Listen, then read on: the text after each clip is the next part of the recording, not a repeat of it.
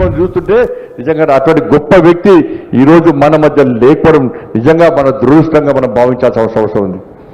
అటువంటి వ్యక్తి ఇవాళ పండిత్ దీన్ దయాళ్ ఉపాధ్యాయ యొక్క ఆకాంక్షలను ఆలోచన నెరవేర్చాలని చెప్పి ఆలోచనతో ఇవాళ సంక్షేమ ఫలాలు చిట్ట చివరికి వ్యక్తికి అందించాలని యొక్క లక్ష్యంతో వారి నేతృత్వంలో అనేక సంక్షేమ ఫలాలు ఆ రోజు అటల్ బిహారీ వాజ్పేయి గారు అందిస్తే ఇవాళ చతుర్భుజి పేరుతోని 4 lanes కానీ 6 lanes కానీ గ్రామీణ సడక్ యోజన కానీ ఇట్లా అనేక సంక్షేమ పథకాలు వారు ప్రారంభించి ప్రజలకు అందించే ప్రయత్నం చేస్తున్న సందర్భంలో మధ్యలో కొంత అవాంతరాలు ఏర్పడి వారి సంక్షేమ పథకాలు వెనుకపోయే పరిస్థితుల్లో ఇవాళ వారిని స్ఫూర్తిగా తీసుకున్నట్టు ఒక మహానుభావుడు నరేంద్ర మోడీ అనే వ్యక్తి ఈరోజు భారతదేశాన్ని ఏలుతున్న విషయాన్ని గుర్తుంచుకోవాలి.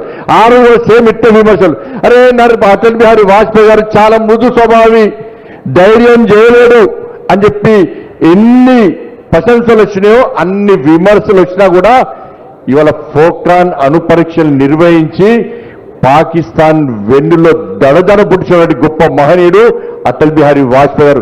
అంతర్జాతీయంగా అనేక ఒత్తిళ్లు ఉన్నాయి, ఆర్థిక పరంగా అనేక ఆంక్షలు వస్తున్నాయి, అయినప్పుడు కూడా భయపడకుండా అణు పరీక్షలు నిర్వహించిన వ్యక్తి అటల్ బిహారీ వాజ్పేయి గారు అన్న విషయాన్ని మనం గుర్తుంచుకోవాల్సిన అవసరం ఉంది.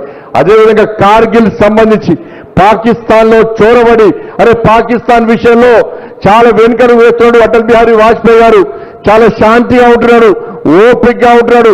ఈ ఓపిక పనిచేయాలని చెప్పి ప్రతిపక్షాలు విమర్శిస్తున్న సందర్భంలో ఇవాళ శాంతి అంటే పిరికితనం కాదు, ఇవాళ నా స్ఫూర్తి ఎందుకు చూపడతా, నా ఓపిక దమ్మెందుకు చూపడతా అని చెప్పి పాకిస్తాన్లో చొరబడి కార్గిల్ ద్వారా యుద్ధం చేసినటువంటి గొప్ప వ్యక్తి అటల్ బిహారీ వాజ్పేయి గారు.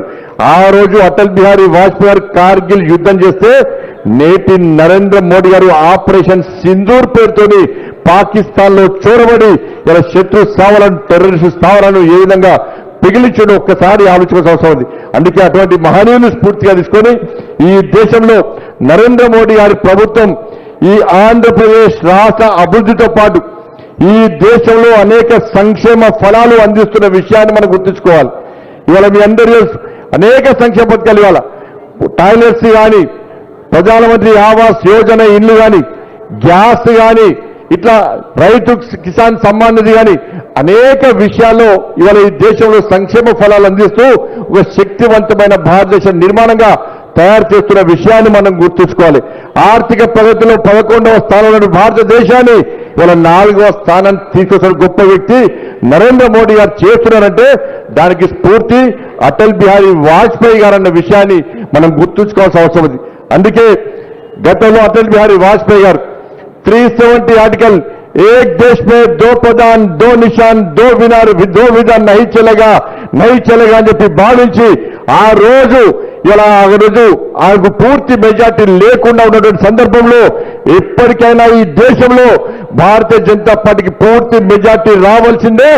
ఆ వచ్చినప్పుడు ఈ 370 ఆర్టికల్ రద్దు చేయాలి.